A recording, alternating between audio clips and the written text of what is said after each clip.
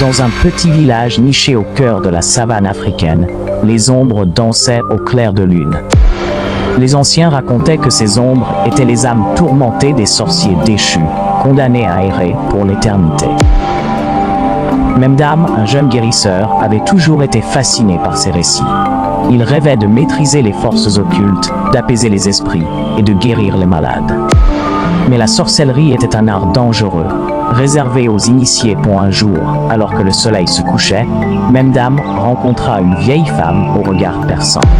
Elle se nommait Aiwa et prétendait être une sorcière. Intrigué, Memdam l'interrogea sur ses pouvoirs. Aiwa sourit et lui tendit un parchemin jauni.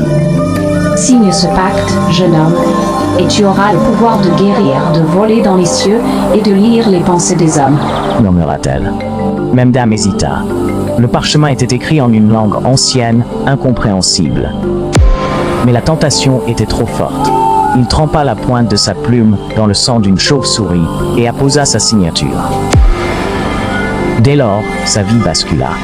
Memdam guérissait les malades d'un simple toucher, mais son regard se voilait d'ombre. Les villageois murmuraient qu'il avait pactisé avec les démons. La nuit, il entendait des voix, des supplications, des cris.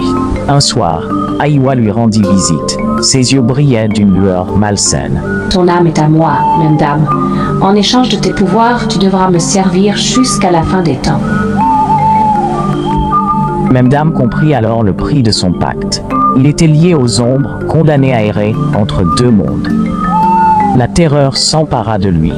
Il chercha un moyen de rompre le lien, mais chaque tentative échoua. Les villageois se méfiaient de plus en plus. Ils l'accusaient de malédiction, de meurtre. Memdam se sentait piégé, tiraillé entre la lumière et les ténèbres. Il errait dans la savane, cherchant désespérément une issue. Un soir, alors que la lune était pleine, Aiwa apparut devant lui. Ton temps est écoulé, Memdam. Ton âme m'appartient, Yui. Memdam la fixa, résolu. Je refuse d'être ton esclave. Il invoqua toutes ses forces, brisa le parchemin maudit. Les ombres se dissipèrent, emportant Aiwa avec elle. Memdam tomba à genoux, épuisé mais libéré. Depuis ce jour, il errait seul, guérissant les âmes brisées, protégeant les villageois des forces obscures. Son regard portait encore la marque des ombres, mais il avait choisi la lumière. Voilà, c'est la fin de cette histoire. Si elle vous a plu, n'hésitez pas à vous abonner et à commenter. Au revoir et à bientôt pour une autre histoire.